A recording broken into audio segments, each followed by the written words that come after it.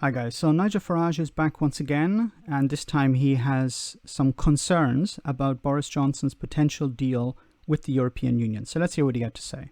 But it did happen, although quite a big wobble, wasn't there, with Theresa May, who did her best to water it down so much that it would have been Brexit in name only. So I'm very proud of the fact that we got the Brexit Party up and running in a few weeks, smashed the establishment in those European elections, and without that, we would not have left on the 31st of January this year. That was a great moment, but there is still more work to be done. Now, we very much demanded that there was no extension to the transition period, which... What? Okay, so this is very interesting because if we turn the clocks back a little bit, back to October last year, Jean-Claude Juncker had said to the UK, Boris Johnson's government, if you want to leave now, you can. It's not necessary to ask for an extension. You can run this agreement through your parliament, and if it passes, then you can leave immediately. But you know who responded to this and said, how dare you tell us what to do? How dare you suggest that we can't have an extension or we shouldn't have an extension? This guy on the screen, Nigel Farage. Nigel Farage responded to Juncker by saying, we want an extension. We should have an extension. How dare you tell us not to have an extension? The hypocrisy of this man is just off the scale. But just to comment a little bit on what he's talking about, the withdrawal agreement in Brexit. Sorry, he said it's Brexit in name only. This withdrawal agreement is worse, the one that Boris Johnson produced, and which Nigel Farage voted on when he was a member of the European Parliament, is worse for Britain than Theresa May's. Because, first of all, it separates Northern Ireland from Great Britain. It puts a border down the Irish Sea. It slowly destroys the Union.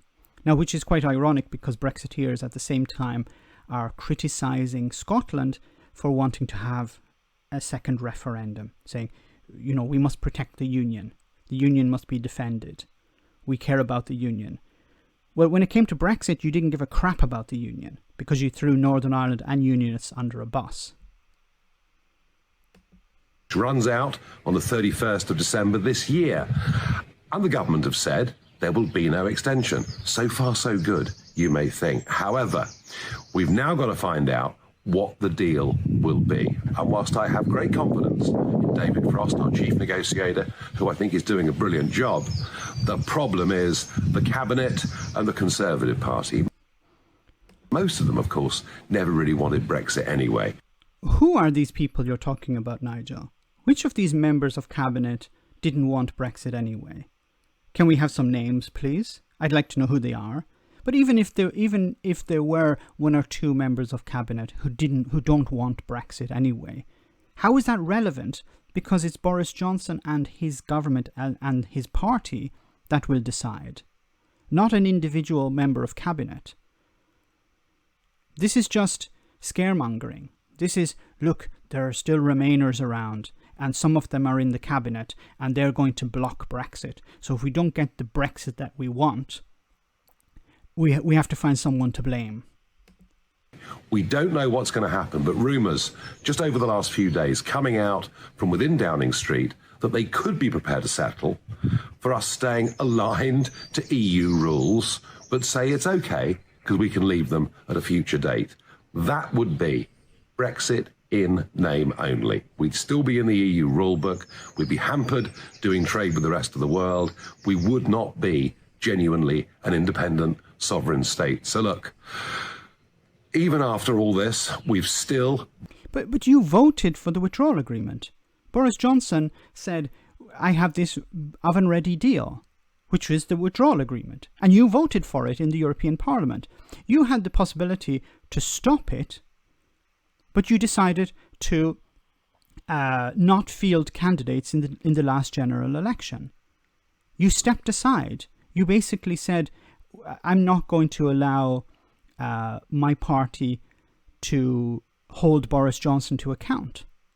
You were talking about we're going to hold Boris Johnson to account if he doesn't get his oven-ready deal with the European Union. But at the same time, you decided to give Boris Johnson complete control, and you also agreed to it. So how can you complain about it now? Got to be prepared to fight the establishment again, and they need to know that if they let us down, if they fall at the last hurdle, there'll be a massive price to pay. Keep the faith. Let's keep the faith. So he's let the cat out of the bag here. Brexit is a religion now. We don't need to fight this battle again, but if we have to, do you know what? We will. Nigel Farage is trying to sell people something that doesn't exist. Or he presents the idea that this is Brexit, or he doesn't tell you what Brexit actually is. He's been asked in the past, what is Brexit? You're telling people we should support Brexit, we should support leaving the European Union. What does that mean? And then he in the past he said things like, well, we can have a Swiss-style deal, or we could have a Norway-style deal, or a Canada-style deal, or now he's talking about an Australian-style deal, which doesn't exist. I've made this comparison before. It's like ordering a pizza, saying to someone, get me a pizza. And you don't specify what type of pizza. You don't specify whether it's a picture of a pizza or any, you don't give any extra details. You just say, I want a pizza. And the person arrives with a pizza with pineapple on it, or a photo of a pizza, or a pizza emoji. And you say, that's not what I ordered. And they say, but you didn't tell me what you ordered. Nigel Farage has this way of telling people, we want Brexit, but he doesn't specify what Brexit actually is. And then when politicians attempt to deliver Brexit, he sits back and says, but this isn't what we ordered. This isn't what we wanted. In the same way, when Theresa May was attempting to deliver Brexit, he was sitting on the sideline saying, this isn't Brexit. Now we have the exact same scenario. Boris Johnson is delivering Brexit, and he's saying, this isn't Brexit. Now you're probably wondering, well, why is he doing that? Because he needs to stay relevant. He needs to make money. He has realized that he's able to convince people to want something that they don't actually understand, and people will pay him to promote that pizza, in a sense. He's a shrewd operator. He's very successful at selling people something that they don't understand. Telling people, you want this, when it arrives and it's not what they wanted, then he points the blame at the courier, the person who delivered the pizza. He's never the person. He's telling you you can have the best pizza in the world. When the pizza arrives, it's not the best pizza in the world. And instead of actually taking responsibility and saying, well, it's actually my fault, he'll point the blame at whoever made the pizza or whoever delivered the pizza. And unfortunately, he's successful at this. And he understands that he can create parties, he can create movements, and people will back him. And I'm talking about backing him financially. It's a great business he has. It's a snake oil business.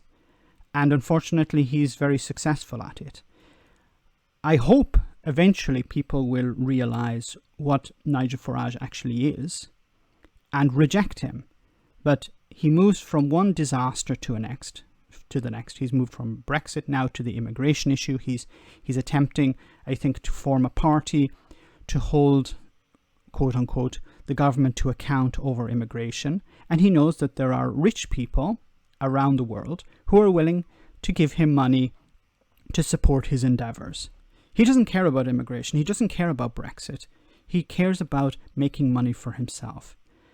And you have to sort of applaud him for being able to confuse the ignorant and fools.